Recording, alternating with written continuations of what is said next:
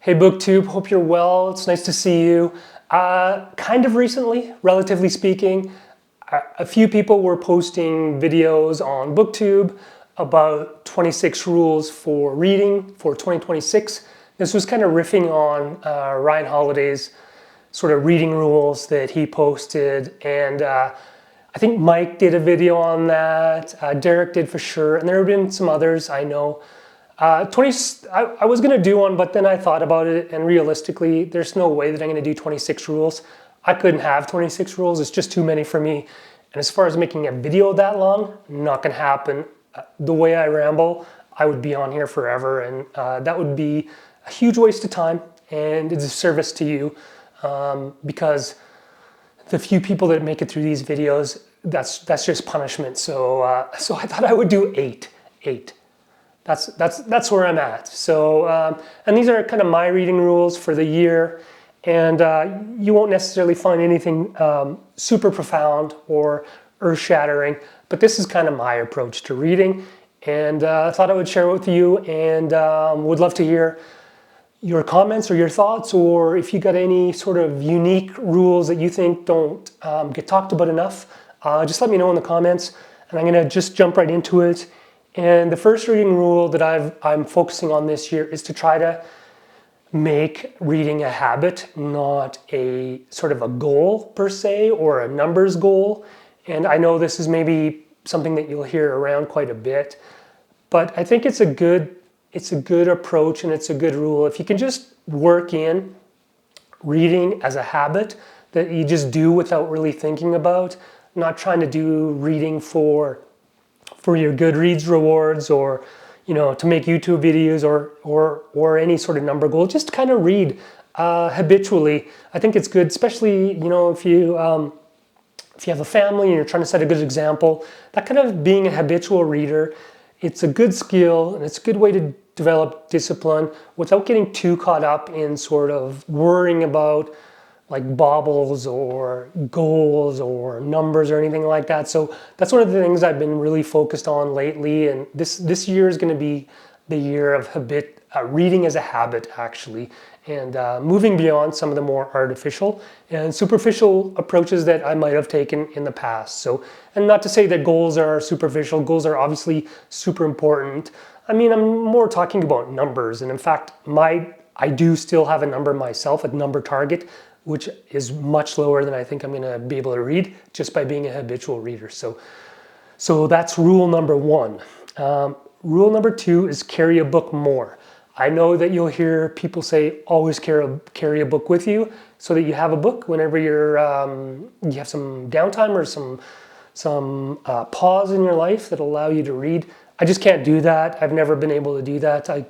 Sometimes you can't have a book, and I'm not going to drag one around everywhere. But I have started carrying books more.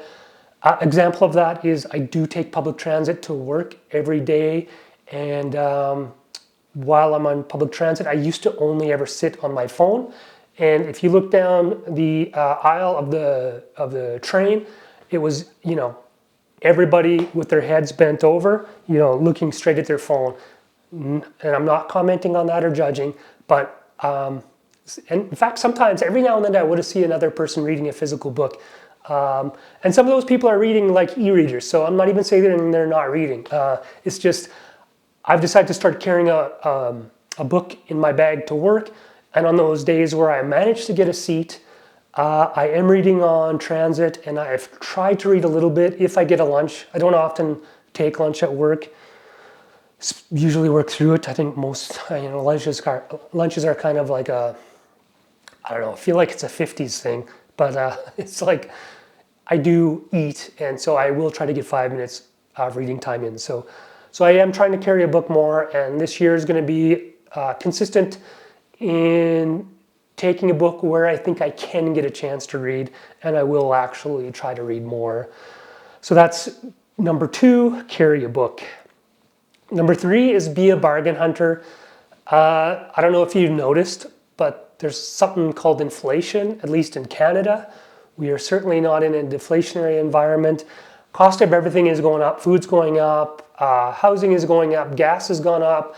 Like everything is going up. And so I am a library person, and I do take books out of the library, but sometimes I also want to buy books. I want to build my own library. I love to have books in my house, and I am trying to build a library. So what I'm doing to sort of keep being able to do that is to really look at being a bargain focused purchaser of books. So I'm not going for a $60 hardcover anymore. I'll be a little bit more opportunistic on used or resale sites, or I've bought books on Facebook Marketplace, as I've mentioned in the past, for fairly cheap that were in good shape. So there's all kinds of ways to be opportunistic and to be economical when doing book hauls or buying just books, any books. And 2026 is about making sure that I am not doing things that I shouldn't do as far as spending money goes, given all the other expenses in the world right now. So that is rule 3, be a bargain book hunter. My rule 4 is read books that are cliche. I know this one might be a little bit weird, but I see sometimes people, and again, this is no judgment, sort of like criticizing books, well, that's cliche, or why would I read that? Everybody's reading it, everybody's read Art of War by Sun Tzu, like it's corporate propaganda at this point almost, or, Meditations, I'm not going to read that because Marcus Aurelius and, the Broics, or, what else is there, like, The Alchemist, for example, where it's just like like these books are so read and so recommended that it almost feels cliche. I don't care about that. If I see a book that I want to read, I just pick it out anyway. And some of these books are fantastic and they're almost cliche for a reason. So I just don't want to ever sort of use some sort of external kind of framework for sort of biasing my approach to selecting books. So, that's basically rule 4. Read books that are cliche, like read 1984, read The Alchemist, read Meditations. Don't hold back, for sure. Rule 5, read books that aren't popular. So you often hear people talk about reading books that are, that you shouldn't hold back from reading popular books. Don't worry about Stephen King being super popular or whatever, or like being pop fiction or what have you. I also think you should avoid books that are unpopular. Who cares if, maybe something hasn't really got to the top of the New York Times bestseller list, or that it's not the most recommended book on booktube or whatever. Go for books that look interesting to you. If it's not popular, so what? I've read lots of books that are not popular. Some of my favorite things to read, like essays, are never recommended on YouTube, and I don't see them around very much. I love books of essays. Essays are like the best form of writing because the language is crisp and clear, and just everything is packed into a small amount of space, and so sometimes you get the best writing. And so don't think that because something isn't popular you should just skip over it and go to something that's great. So that's my rule number. Where am I at? 5. Rule 5, read books that are also unpopular. 6 is a wild one. It's read books for no reason at all. So I'm just saying you don't need a reason. This one might make sense if I give you an example.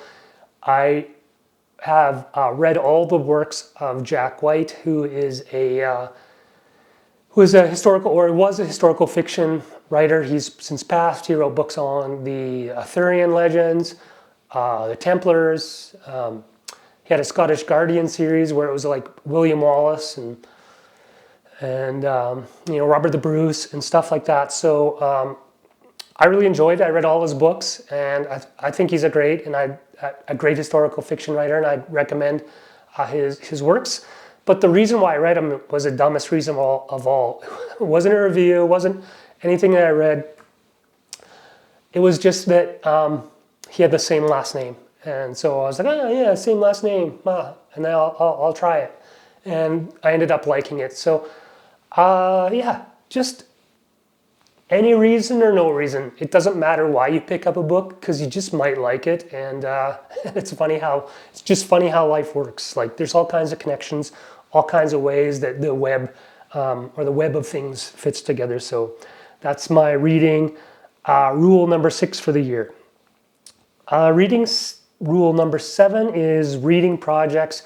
I think reading projects are a fun way to sort of decide on what to read next, or to decide what to read generally. You can do all kinds of projects. I see them all the time on BookTube, reading series, reading 26 in 2026, or 50 before the age of 50, or whatever it is, or even Historathon. And so for me, that's super fun. You can connect with others, and it opens a door for discussion, or for book clubs, or for just having a whole nother dimension to reading, which is super fun. And obviously in 2026, I'm participating in Historathon. I'm starting to lose my ability to talk here. But I just think projects are a great way to do it, and especially if you can figure out a way how to sort of tack on some sort of social interaction around that sort of book project. I think it's a perfect way to read. It's a perfect way to meet other readers, particularly those interested in the same things that you're interested in. So that's rule number 7, reading projects. Then my final rule is, again, it's going to be an obvious one, but it's keep track of what you read. So whether that's on Goodreads or in a journal, or maybe you write book reviews for a blog of each book that you read as a way to sort of memorialize what you wrote and what your thoughts were at that time. I think it's a great idea. It helps you remember, looking back from the future to today, you'll have a record of where you were. And we do forget. Like, I've read a lot of books, and I know that I've forgotten that I've even read them at this point. So I think it's a fun way to sort of just keep, you're reading in two hands, right? You got your book in one hand, and you get a pen and paper in the other hand, and you just work together. It brings those two worlds together in such a great way. And there's all kinds of opportunities for journaling and commonplace books, and like online Goodreads, like I said, or Instagram, or whatever you use. And so, I think that it's a great idea, and I highly recommend it, that you sort of keep track in some form of, or keep some sort of memorial of your reading history. And no one's going to care about you, and it'll be forgotten one day, but it's still fun. And so I still think that it's something that you should consider doing. Anyway, hope you enjoyed this one, and hope you're doing well. I know that I appreciate you stopping in. The internet has so much goodness out there for you to spend a little time with me. Is shocks me and sort of appalls me at the same time, and because there's so much better out there. Anyway, I appreciate you. Thanks again. We'll see you on the next one. Take care.